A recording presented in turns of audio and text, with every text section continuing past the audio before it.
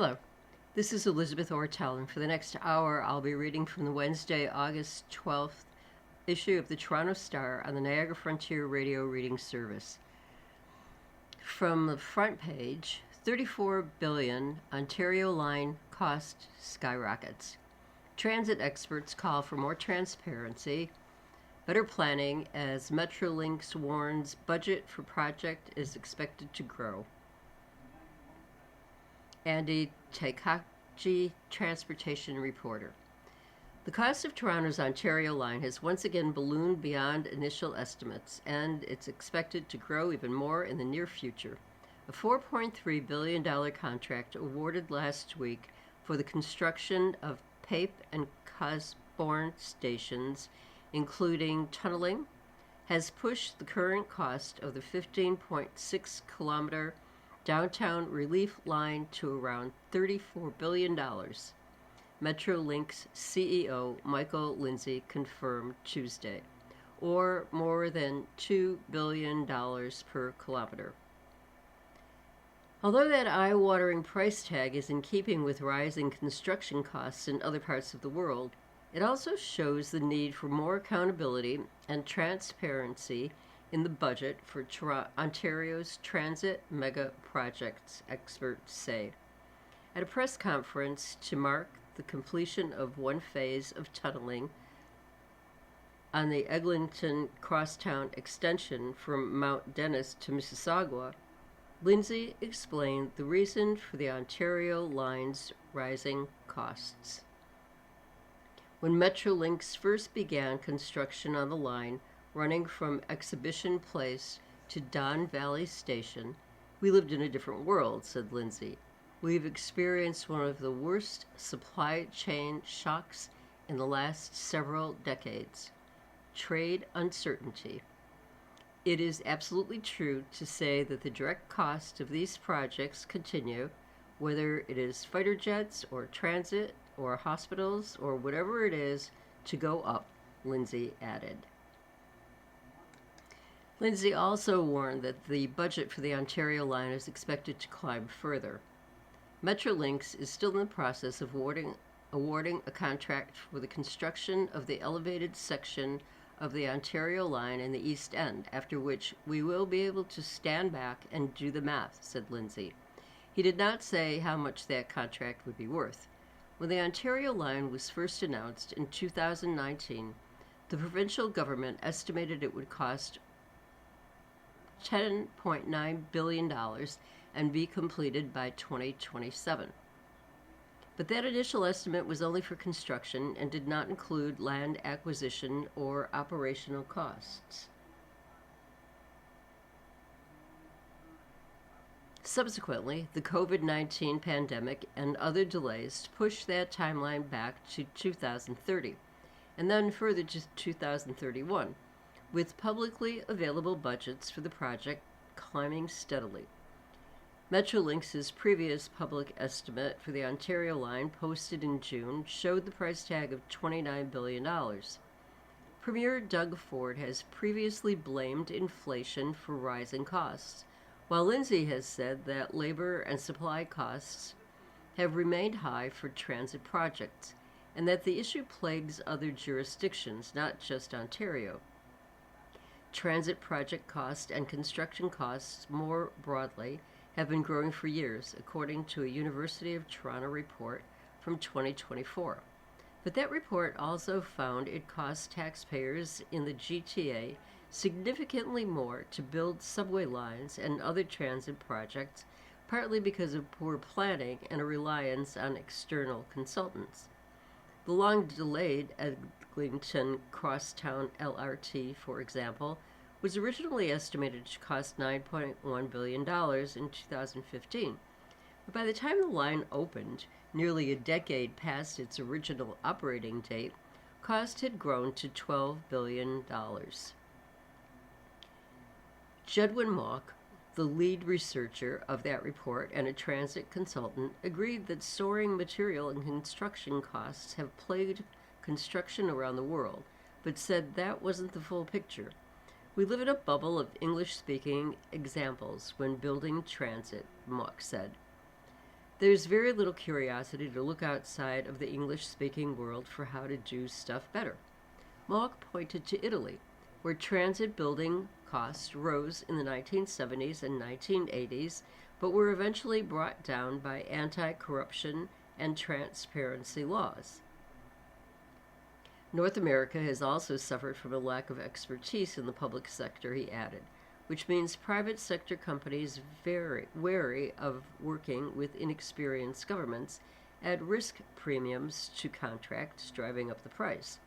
Jonathan English, a Toronto-based infrastructure policy consultant, said Toronto's lack of transit building for several decades has also meant the city is playing catch-up and paying for it. We've never built this much at once before, and inevitably that leads to inflation.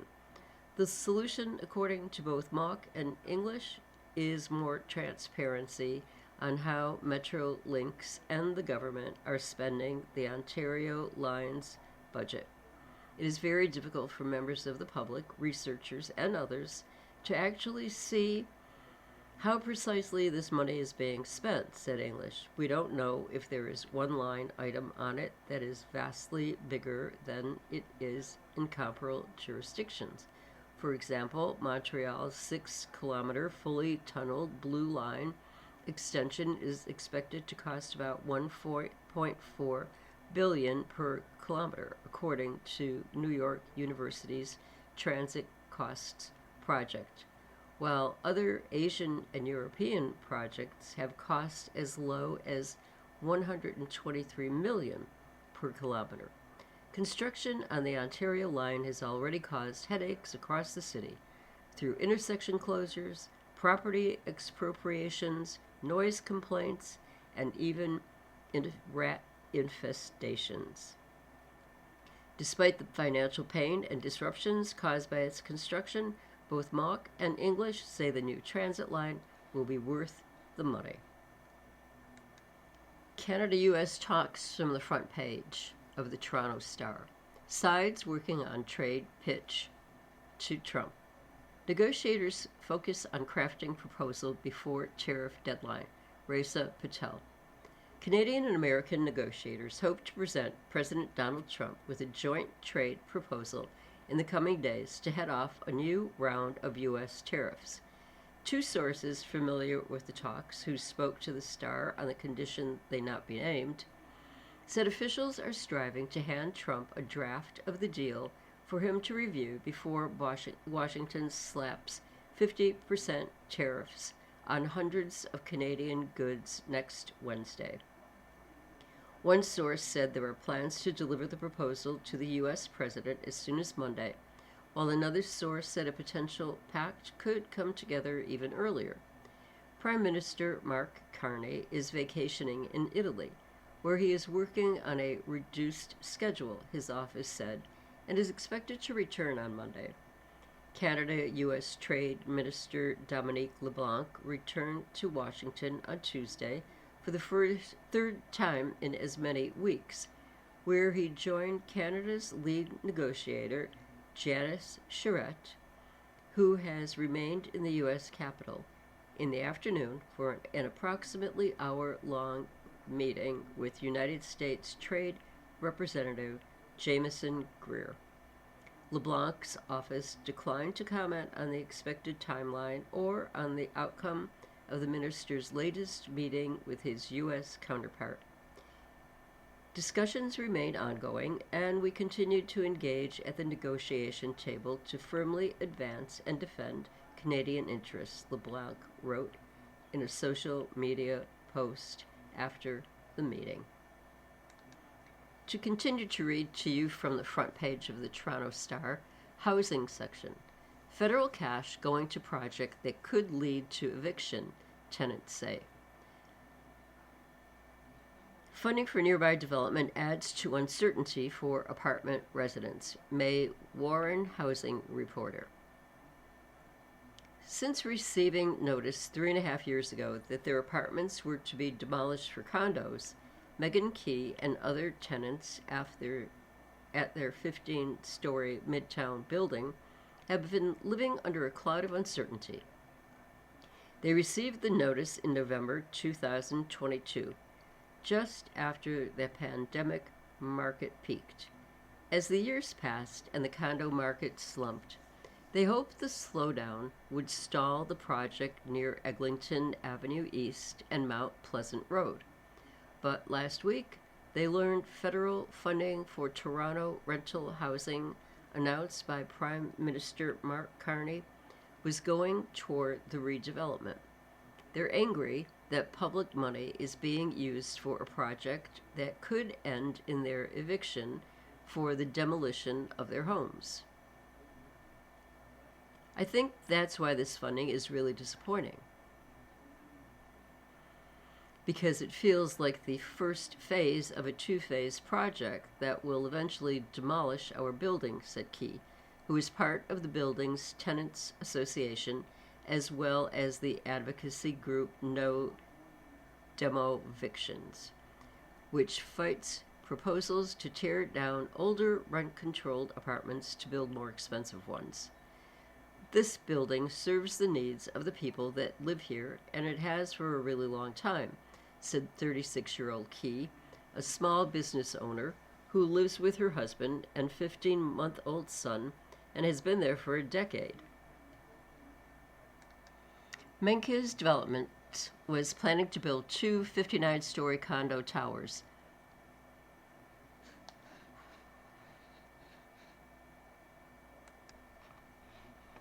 Charges dropped against accused killer, accomplices in shooting death of 15-year-old Jakai Jack.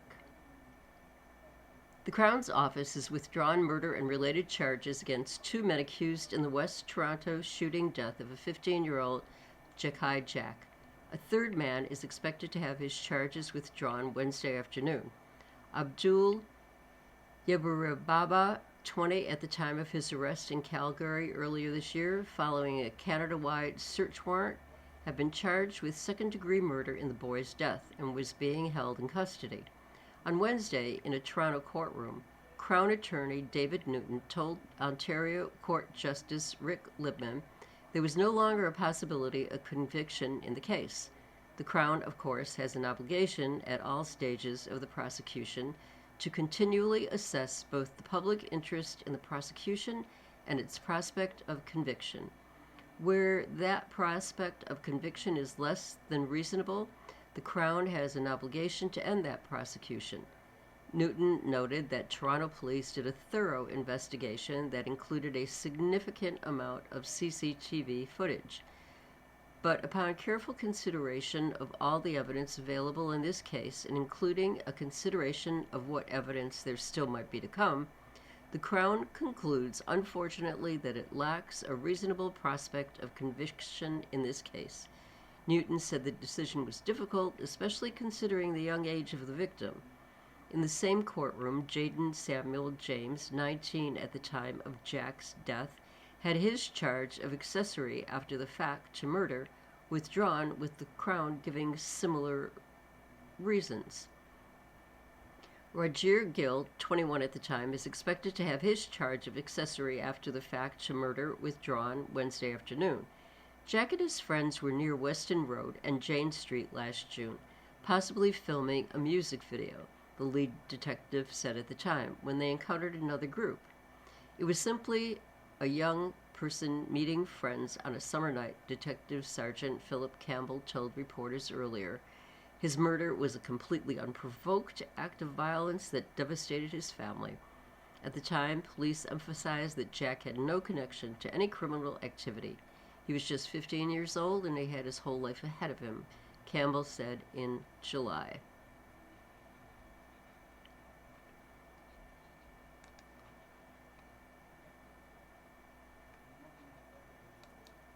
Suspect arrested in fatal stabbing of Zenon Roussel. Zenon Roussel, 21, was found with stab wounds by a cab driver on Main Street West near Frid Street around 2:30 a.m. Sunday. Police have arrested a 26-year-old Hamilton man in connection with the stabbing death, Zenon Roussel, in the morning hours of August 9th. Kyle Jamont MacArthur is charged with second-degree murder, police said. Roussel, 21, was found with stab wounds by a cab driver on Main Street West near Frid Street around 2:30 a.m. Sunday. He later died in the hospital. Police believe that Roussel and Jamont MacArthur were at King Street Billiards across the street from Food Basics and less than a kilometer away from Main and Frid before the incident. An altercation occurred outside after the bar closed. After the altercation, the suspect and victim left the premises separately. 10 minutes later, they encountered one another along Main Street where the victim was stabbed. Acting Detective Staff Sergeant Lisa Chambers told reporters Sunday that Roussel was riding a scooter before he was fatally stabbed on Main.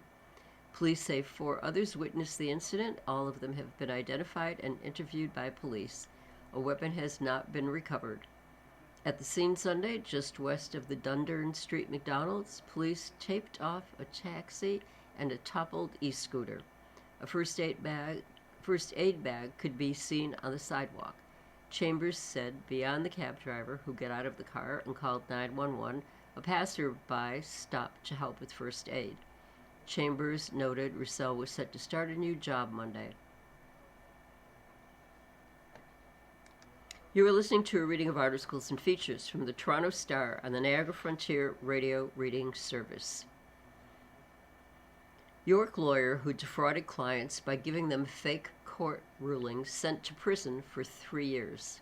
Adam White, a former president of the York Region Law Association, was suspended by the Law Society Tribunal in 2023, and his license was revoked the following year over the forgeries. A former York Region lawyer who maintained an elaborate web of lies for years by giving his clients fake court rulings while continuing to take their money has been sent to prison for 4 years.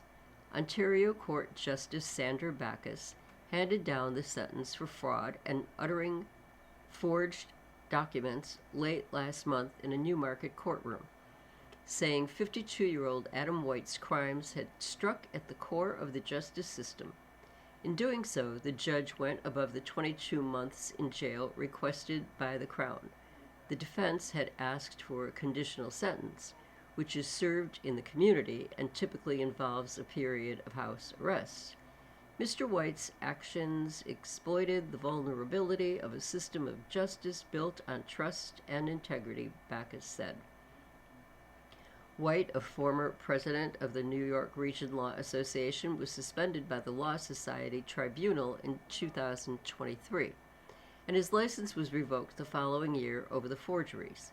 He had provided a client who was suing for wrongful dismissal with fake documents, including orders from a judge and an email from the opposing lawyer offering to settle, when in reality the case had already been dismissed without the client's knowledge.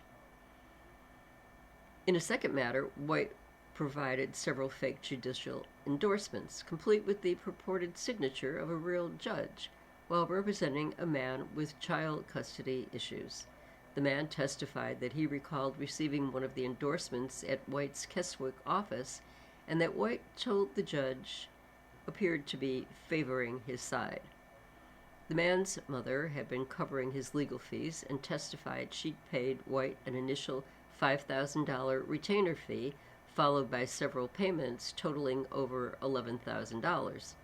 In her judgment convincing White, Backus specifically found that a payment of $2,825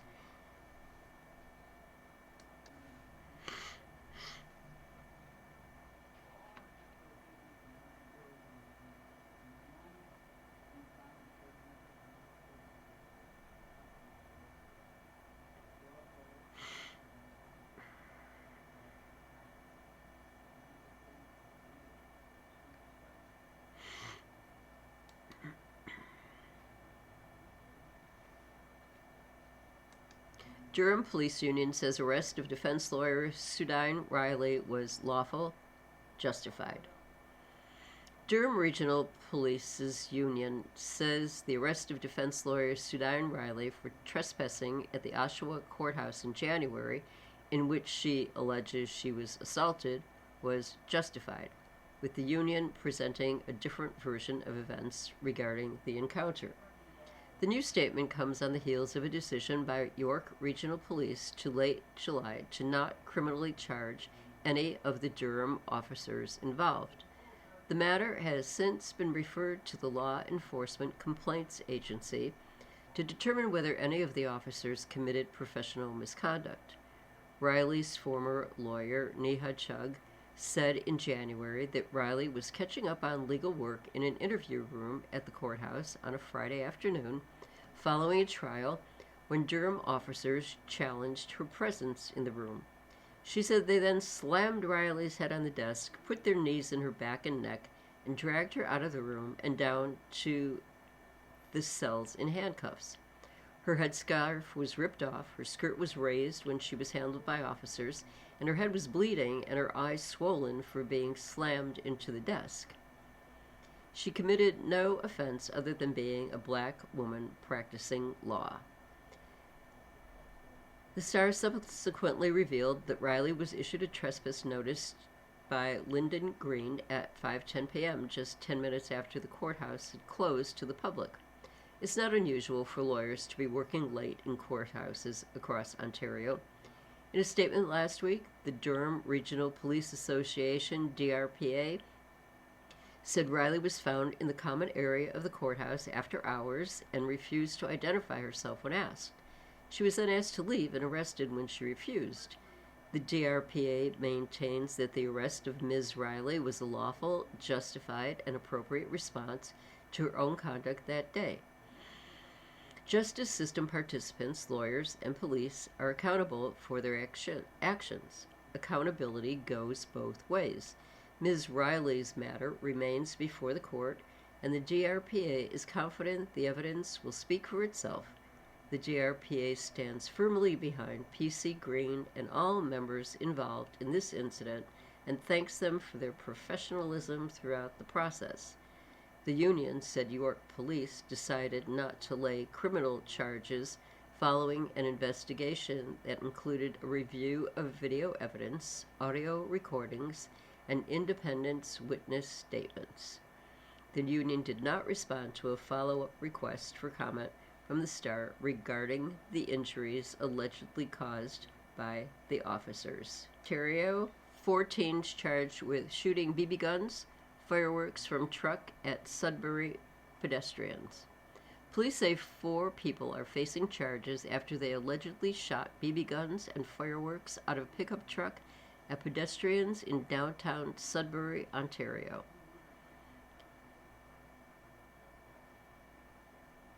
They say officers were immediately dispatched to look for the vehicle when the shootings were reported on Monday night. Investigators say that as they searched, more reports of pellets shot at pedestrians came in. Police say 1 person was hit by a pellet. Officers say they found the vehicle northwest of the city around 10:40 p.m. and arrested 4 people.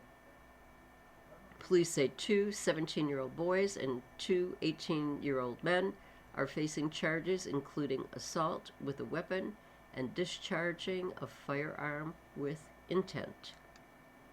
In the real estate section of the Toronto Star, a luxury Yorkville condo just sold at a $450,000 loss as the condo crash hits the high-end market. While Toronto's luxury market has proven more resilient, realtors say it isn't immune to back-to-office mandates and global uncertainty. By Manuela Vega, business reporter. A sleek 1-bedroom condo with floor-to-ceiling windows, views of the CN Tower, and more than 1,000 square feet just sold at a significant discount. Located in the upscale Yorkville Private Estates building near Bloor Street West and Avenue Road, the unit changed hands for $1.465 million in July, according to real estate listing platform House Sigma, about $450,000 less than what the sellers paid in 2021. Such big losses have become increasingly common in Toronto. particularly for people who bought condos near the market peak in early 2022 and sold during the current turndown. The luxury market has been much more resilient against this trend, as wealthy buyers typically aren't under as much pressure to act fast and supply for extra homes is still limited, real estate experts say. But luxury condos haven't gone totally unscathed, they add, because buyers in this market still have plenty of options, especially for smaller units, and they are expecting a deal. Toronto's luxury market doesn't move in lockstep with the broader real estate market, explained Heaps Estrin real estate team broker Stephanie Newlands. Luxury buyers are generally less constrained or impacted by borrowing costs, she said, but they'll still certainly influenced by consumer confidence, global uncertainty, and all the perceptions of value. Chestnut Park sales representative Victoria Bosco-Real, the listing agent for the unit at 200 Cumberland Street, declined to comment on the specifics of the sale, but said the sellers' situations had changed and it was bad timing for them. The very large one-bedroom unit is perfect as a pied-à-terre, referring to a smaller property that people buy as a second home for when they are in town. People buy this property and then they live down south in the winter, she said. But people aren't going to Florida right now, so that maybe cut off the demand a little bit. In the politics session of the Toronto Star, global affairs tight-lipped on fate of Canadian men being held in Iraq. Global Affairs Canada is refusing to say whether Foreign Affairs Minister Anita Anand discussed the repatriation of Canadian men imprisoned in Iraq when she spoke recently with her Iraqi counterpart.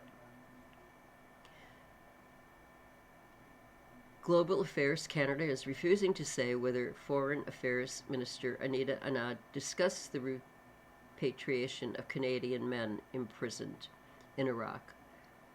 In an emailed response to questions, Department spokesperson Aditi Kisson says the federal government continues to assess developments related to Canadian citizens retained in Iraq.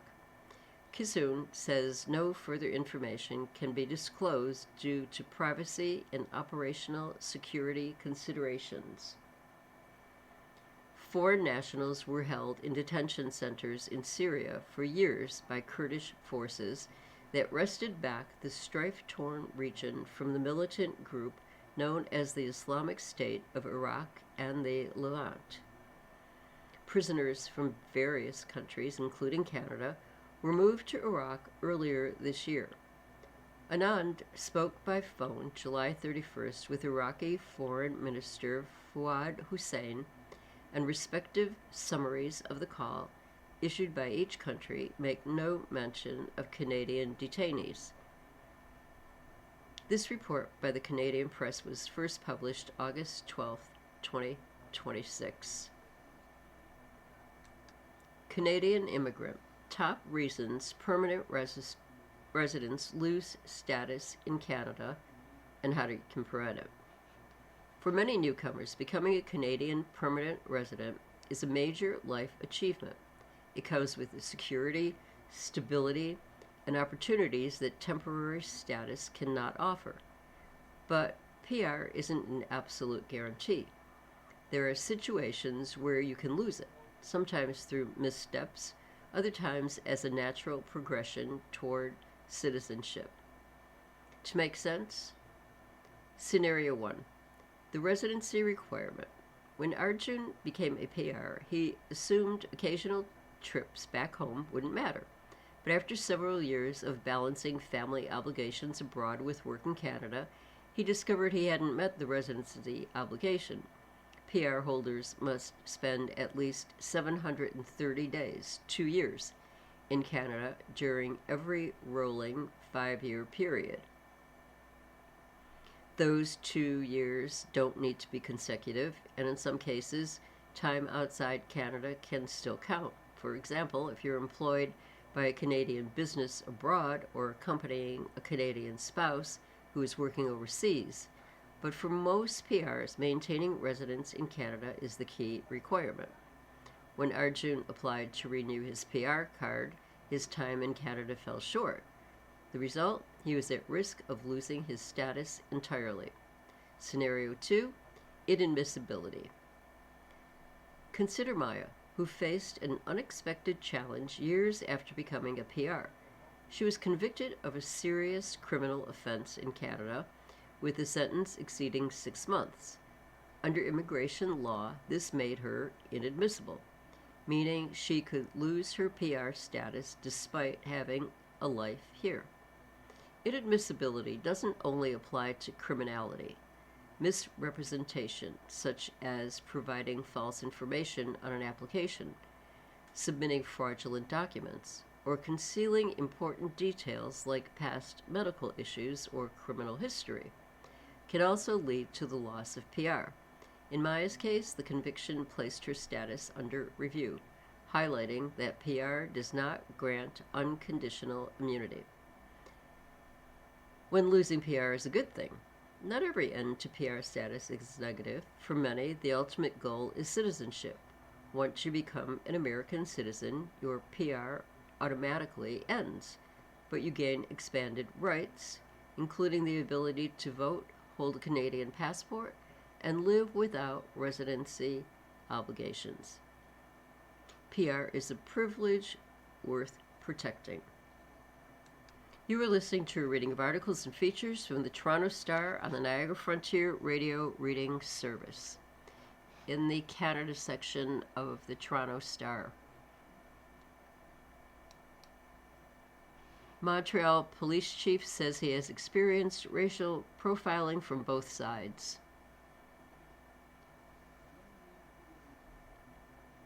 Both as a victim and as a perpetrator. Dagher admits in an interview he racially profiled people while working with the Montreal Police Anti-Gang Squad in the 1990s. He said he had a conversation with a street gang member that opened his eyes and led him to change his approach. Dagher also says he was on the receiving end of racial profiling following the September 11th terrorist attacks, including while traveling through airports in Canada and abroad. Born in Ivory Coast to parents of Lebanese origin, Dagher is the first racialized person to lead the Montreal police. Dagher made the comments one day after he was grilled by residents at a public meeting about a racism and misconduct scandal at a local police station. The allegations led Montreal police to dismantle a 16-member patrol unit at its Montreal Nord station in June. 3 officers from the unit were suspended. Dagher says the suspensions stem from 2 separate incidents involving 2 complainants. In federal politics, on the Toronto Star, federal government announces $34 million to help communities cope with climate change. The funds come as cities and towns across the country spend another summer battling extreme heat, wildfires, flooding, or tornadoes. Environment Minister Julie Daberson made the announcement in Halifax Wednesday morning. The city is receiving nearly $800,000 to install cooling measures in its parks to help residents cope with extreme heat. Canada's climate is changing.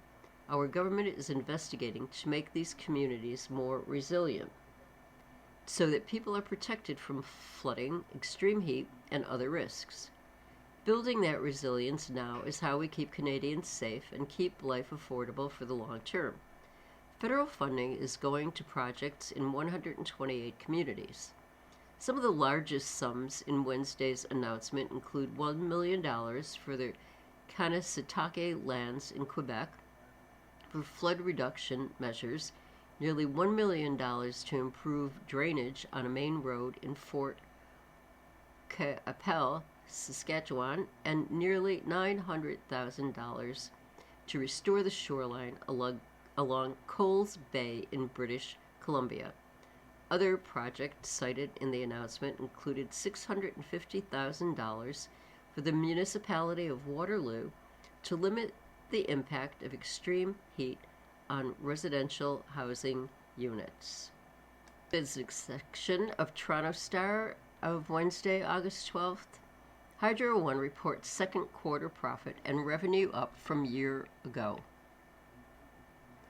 The power utility says it earned $370 million in net income attributable to common shareholders, or 62 cents per diluted share for the quarter ended June 30th.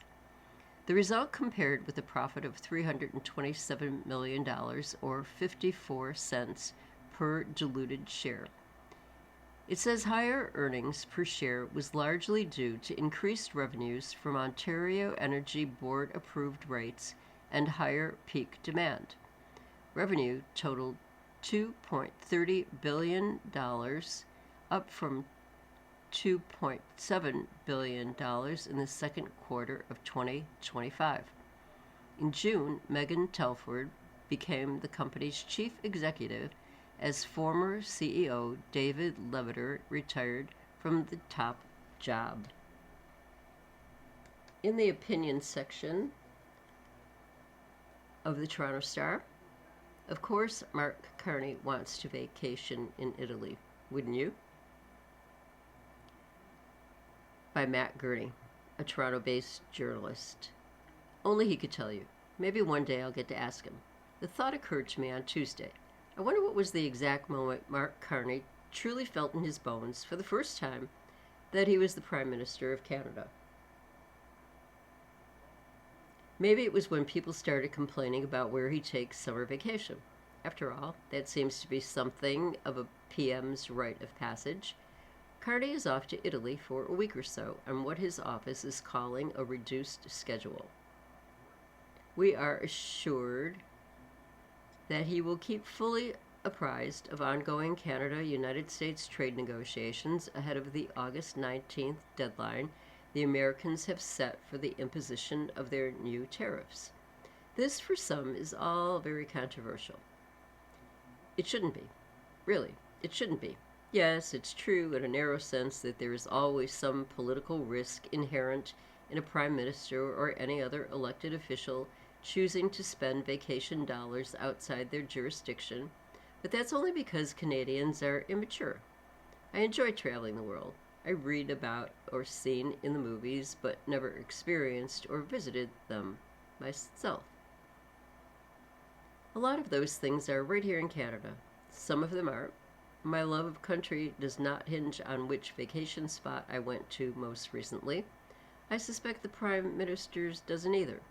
It would be good if we could grow up as a country and stop caring about this sort of thing. I'm not saying there aren't moments when it's worthwhile to highlight genuine hypocrisy. Officials traveling amid COVID-19 restrictions were fair game. The previous Prime Minister declaring a national day of reflection on a great tragedy and then taking it as a paid vacation day in full view of the public was also pretty dumb. But going to Italy, even when you're Prime Minister, isn't dumb. It's actually a great idea. I mean, have you guys been to Italy? It's fantastic. I really think that should be the last word on this. I imagine being the Prime Minister of a sovereign nation is a somewhat tiring job. It's probably disruptive to family life. You probably have to work harder to make time for loved ones. I don't think we need any more explanation as to why Carney might have decided to go visit Italy. But if I were forced to invent one, how about this? This is a great opportunity for the Prime Minister to do a little soft power diplomacy and signal again to our European allies how fond of them we are and how eager we are to establish closer relations. Where you choose to go is just as important as where you don't go. If we're going to treat Carney's choice of holiday destination as newsworthy, sure, let's go with that. It's all part of a brilliant plan to woo the Europeans into standing by our side through geopolitical turbulence to come. Or try this. Maybe Carney is vacationing now as the trade deadline looms as part of a brilliant strategy to signal poise and calm to the White House. How confident are we? How unfazed? We're off to Italy to enjoy ourselves. That's how.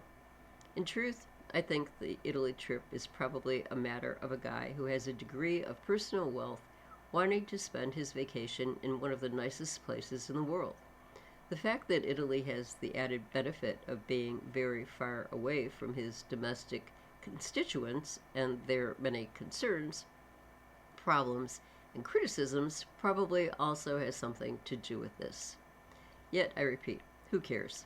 Phones exist, email exists, Canada will still be here when the Prime Minister gets back, and so will Canadians, along with all our myriad problems.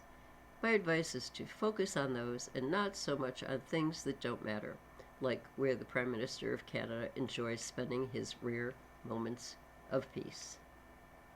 In federal politics, Donald Trump calls Canada's leaders nasty. Mark Carney says trade talks are too. Prime Minister Mark Carney says it's fair to describe Canada's approach to trade negotiations with the United States as nasty, after President Donald Trump used that word to slam Ottawa's leaders as talks continue under the threat of a new round of American tariffs. Prime Minister Mark Carney says it's fair to describe Canada's approach to trade negotiations with the United States as nasty, after President Donald Trump used that word to slam Ottawa's leaders as talks continue under the threat of a new round of American tariffs. Revealing that he spoke with Trump directly last week and will do so again as necessary, Carney told reporters at an aluminum plant in Quebec's Saguenay region on Thursday that Canada is pushing hard for a deal that addresses Trump's so-called national security tariffs that have hammered the sector. Those duties have also been imposed on steel and the auto sector, while the Trump administration is planning another round of 50% tariffs on some Canadian goods set to kick in August 19th, which the White House has justified as retaliation for Canada's dairy protectionism and actions taken last year by Ontario and other provinces to boycott American alcohol sales in government-run liquor stores. Yes, it's a tough negotiation, Carney said in French. We could change the adjective and say nasty, but for Canada, it's a question of jobs, Canadians' jobs. It's a question of the future of Canadian businesses. In English, he added, yes, we're standing up for Canadian workers and Canadian businesses, as we always have from the start. Carney was responding to a comment that Trump made in Las Vegas on Wednesday night when he called out several countries while claiming the U.S. has been screwed by everybody for years. Canada's nasty. They are. They're nasty, Trump said. I love the people, but they're nasty. Nasty leadership. Meanwhile, for the second week in a row, Intergovernmental Affairs Minister Dominic LeBlanc and Canadian lead trade negotiator Janice Charette were in Washington, D.C. on Thursday for what Carney described as detailed discussions with the Americans on a global set of interests. After Trump threatened the latest round of tariffs in July, Carney pledged talks would intensify as Canada tries to convince the U.S., which has ruptured the state of trade with much of the world by using tariffs in a bid to boost American industries, to lessen duties imposed since Trump returned to the White House last year. Trump has recently escalated pressure on Canada by threatening to impose new tariffs over the wildfire smoke that blanketed U.S. cities from blazes in northern Ontario, on top of the 50% import duties planned for August 19th. He has also threatened to block the opening of the $6.4 billion Gordie Howe International Bridge between Windsor, Ontario, and Detroit, Michigan, which Ottawa financed entirely, prompting Carney to agree to share a portion of proceeds from the tolled crossing with the U.S. for the next 15 years. In St. John's on Thursday, Conservative leader Pierre Poilievre claimed Carney has made concession after concession to the Americans without yet landing a deal. He said that includes a decision last year to abandon a digital services tax that would have impacted large U.S.-based tech firms, as well as agreeing to Mr. Trump's demands on military spending, as Canada and other North Atlantic Treaty Organization members have pledged to crank up direct defense spending to at least 3.5% of gross domestic product by 2035.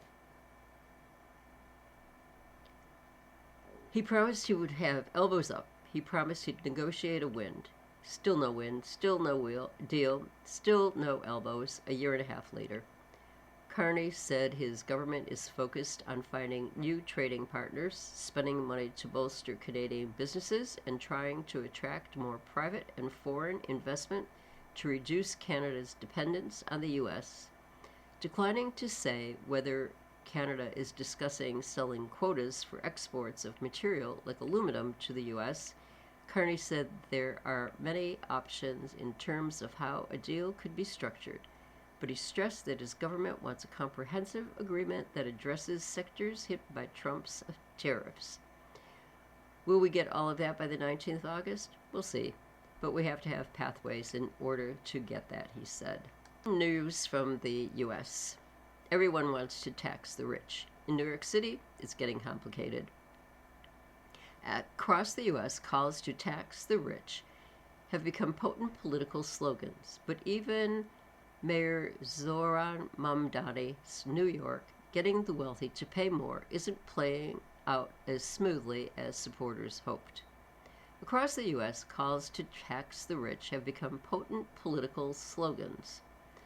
But even in Mayor Zohran Mamdani's New York, getting the wealthy isn't going so smoothly.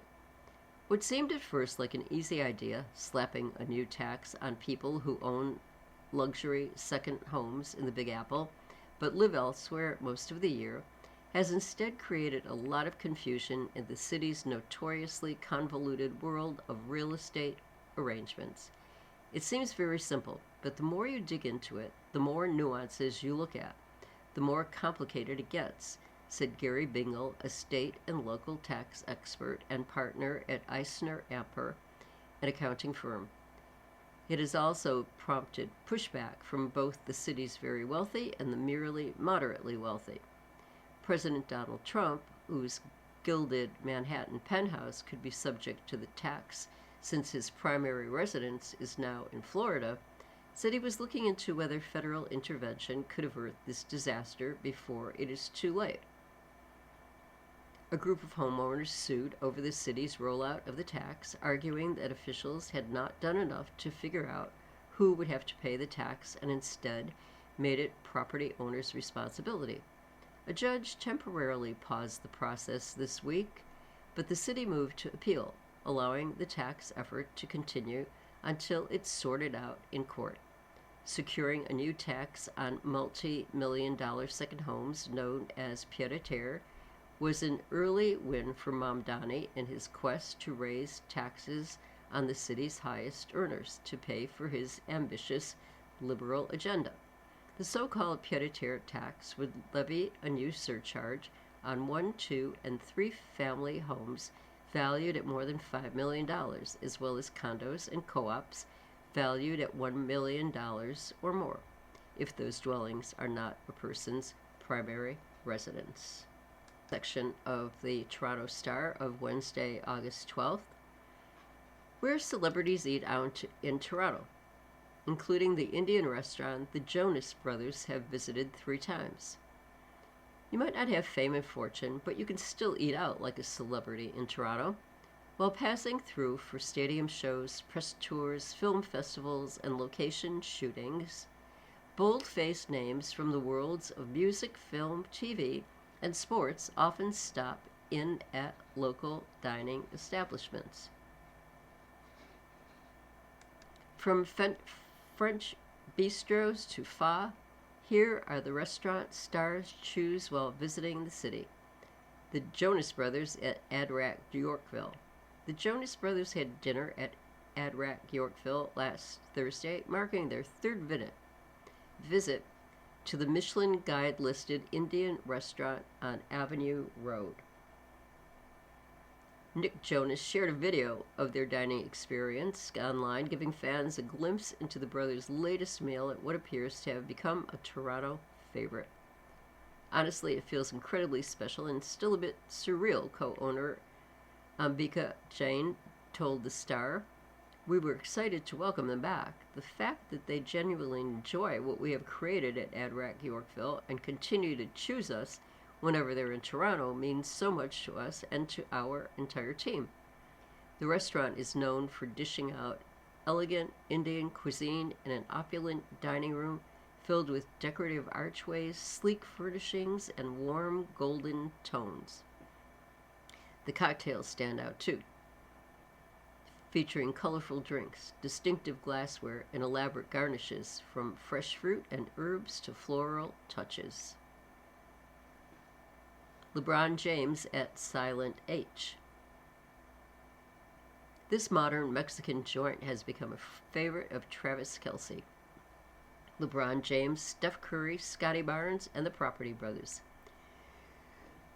Believe it or not, the world of celebrities or athletes is very small, so word spreads, founder Patrick Marzik told The Star, adding that it's an honor for his place to be frequented by these bold-faced names, especially because he's a massive sports fan. The restaurant is using high-end ingredients to create twists on street food classics. Marzik said a favorite menu item is a 44-ounce tomahawk steak, which is meant for more than one person. It's cheese-crusted with ribeye steak and a taco slapped together on the grill. So all that cheese and all the juices all kind of blend together and make it really, really tasty. Silent H is also known for what it can do with tequila. Creative cocktails include the Ensenada Dreams, a deconstructed margarita served with a habanero and Taijing cloud that resembles cotton candy. Chase Infinity at Le Swan. Chase Infinity and Ann Dowd, stars of the latest Margaret Atwood adaptation, The Testaments, were spotted at Queen West French diner Le Swan while filming the Disney Plus show in Toronto. Infinity has said that she would visit every week and praise the steak fries. It's a place where beef cheek bourguignon sits beside meatloaf and a tuna melt on the menu. A diversity of offerings that drives a diverse crowd to visit. This bistro and diner approach really allows us a lot of freedom to be very fun and creative. It also gives us the opportunity for different price points, and there are all sorts of ways not to spend too much on dinner at the French diner, and I think that's part of why we get so many young people. Jamie Oliver at Maha's. Wait times during brunch can sometimes stretch for hours at this East End favorite, but that didn't stop celebrity chef Jamie Oliver from enjoying some Egyptian food. He gave the restaurant a shout out on his social media, thanking the crew for a family dinner that, while posing with 10 guests sprawled across a table. He's such an amazing, humble, genuine, and kind person, owner Maha Barsoom said, recounting Oliver's 2 visits to the restaurant.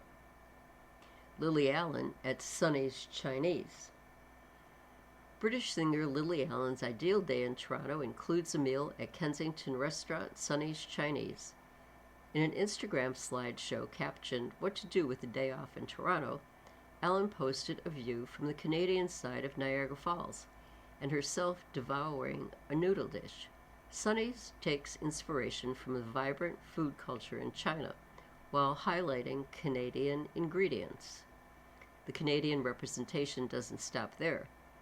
Allen also posted a selfie in gray Roots toque with Canada written across the front and overlaid the post with the song by 90s Winnipeg indie rockers Crash Test Dummies. Keith Lee at Faux No Yen. Rich broths and grade A meats have attracted both R&B singer Kehlani at the restaurant at Adelaide and Peter. Kehlani heaped praise onto the food, saying that it might be the best Vietnamese food she's ever had. You've been listening to a reading of articles and features from the Wednesday, August 12th issue of the Toronto Star. Your reader has been Elizabeth Ortel. Thank you for listening.